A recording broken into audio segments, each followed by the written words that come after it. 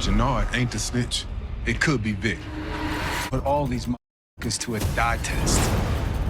Make the pay for what he done.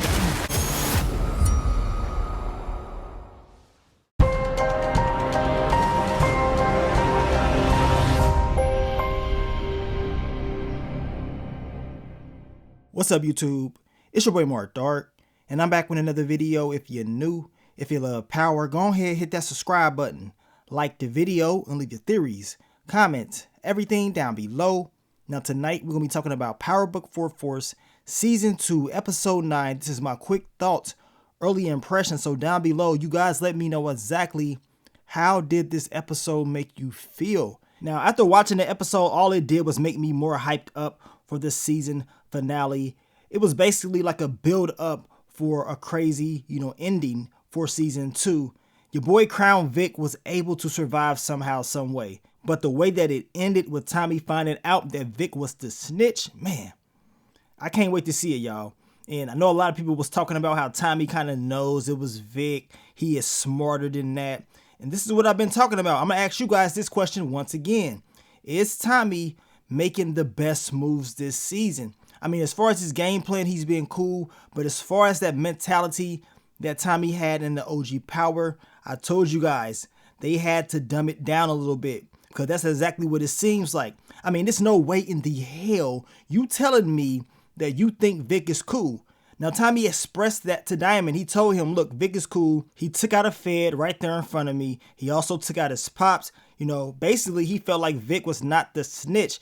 But if we all can watch it, and I know it's a TV show, but coming from Tommy Egan and what we've seen Tommy be on, the way that Vic be looking, his body language alone lets us know that something's up, and that maybe what we saw at the end of the episode, that's what Tommy should have been doing. You know what I'm saying? He should have been watching Vic's every move ever since Vic came to him trying to make a deal with him as far as working with him, right? That should have already been handled, but it was like they had to stretch it out a little bit to make the story a little bit more interesting. But I felt like Tommy should have already watched Vic from the very beginning. He had to, but he didn't. And it's crazy how the whole thing with Mireya, we was talking about how basically what is Tommy going to do? Because if he takes out Miguel, Mireya is going to be pissed off, right? If he stays with Mireya, we know Miguel's going to be pissed off. So in this episode, they kind of gave us the answer with Mireya saying, look, my brother wants to take you out. I'm not going for that. I love you. I'm going to be on your side. That's kind of them saying, look, Tommy is good. He has the okay to defend himself, to do what he has to do, to take out Miguel Garcia if that ever comes, which we know this next episode, that may be the case. But that kind of neutralized everything as far as Mireya, because she's pretty much going to accept the things that's going to come when her brother most likely is taken out. But he got issues with the Serbs, and I guess we smoking on that cranium head pack tonight. Nunez, he was a flat out rat, and I'm talking about switching sides, working with the Serbs. Like, really? You know what I'm saying? And once again, as we stated, Grandma was right. She was right. Now, she's gone. Of course, she definitely got smoked, blew up in this episode. Once she said she was going to be in Miguel's car at the beginning of the episode, I knew it was over for her. But man, I kind of wanted to see more of her character because she had those old school elements. And she was telling Miguel, what really need to be said. She didn't hold anything in. And as I stated, she told this man the truth. So y'all know he's about to turn up in this last episode, especially not being able to take out Merkovich. That dude gotta go. The Serbs don't be playing around, man. This dude had a little, underground exit. He said, you know what? I'm gonna get the hell up out of here. Y'all got me screwed. Y'all know at episode 10 is gonna be a whole lot of action. And I cannot wait to see how it's all gonna play out. Now, what did y'all think about D-Mac? He finally returned. I mean, we ain't seen him, since like episode 4 or 5 or something like that. Like, man, what the hell is going on? I wish I could have seen what went down at that youth academy instead of hearing about it, but it is what it is. And JP, he was feeling all bad, talking about, you right, I should have defended you. I should have never let Tommy send you to the academy and all that stuff. I should have fought for you and all that. Look, let him stay. Because if he would have stayed, he'd be smoked right now. We know this. So Tommy did D-Mac a favor. So JP, come on, man. Think about that for a second. D-Mac can be up out of here if he would have just stuck around. And I'm pretty sure everybody's predictions for D-Mac in the season finale will be the same. He is going to screw up, probably trying to hook up with his little, girlfriend, crush or whatever that he wants to get with so bad. Y'all know that man about to screw it all up and he gonna get caught slipping. I got a feeling there's gonna be some problems in Tommy's family in this next upcoming episode. Now, my quick thoughts, early impressions on Jenard. Now, I talked about Jenard, of course.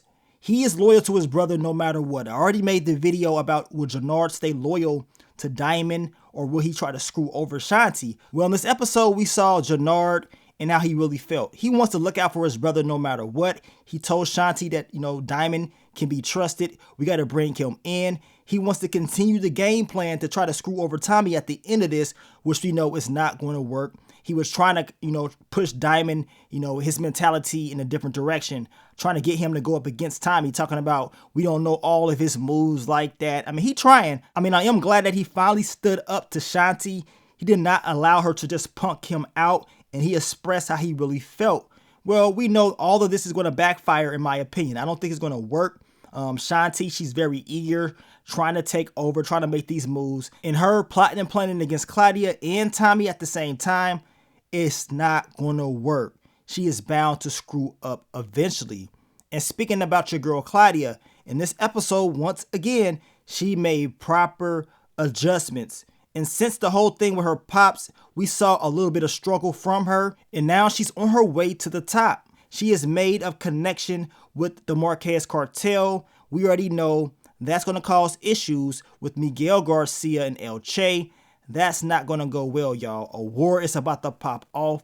And now Claudia believes that this move she's made with the Serbs and getting close to the cartel is going to make her untouchable. But we know Tommy Egan, he is not going down like that at all. And like I said, watching this episode basically to me was like a build up for the season finale. I mean, Tommy did make some major moves. I mean, by being able to take out Cranium Head or setting that up, we know Miguel Garcia took him out. That whole game plan that he had, it was perfect, right? It makes Miguel Garcia look like he cannot get the job done, and it makes Tommy look even better. So you already know it's going to be a lot of tension in episode 10. At the same time in this episode, we saw your boy Diamond catch another body by taking out Jamal. I mean, he had to go. Dude was running his mouth entirely too much. I mean, Gianna, she's kicking it with him once again like it's all good. The dude continues to make these threats, and you just can't keep talking to Diamond like you crazy. What y'all think about the kid that took out Leon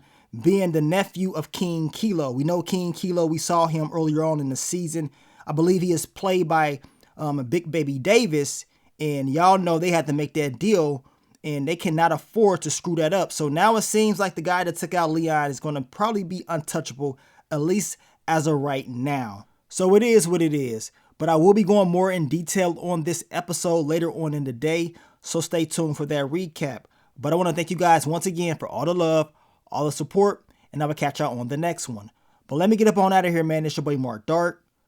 I'm out. Peace.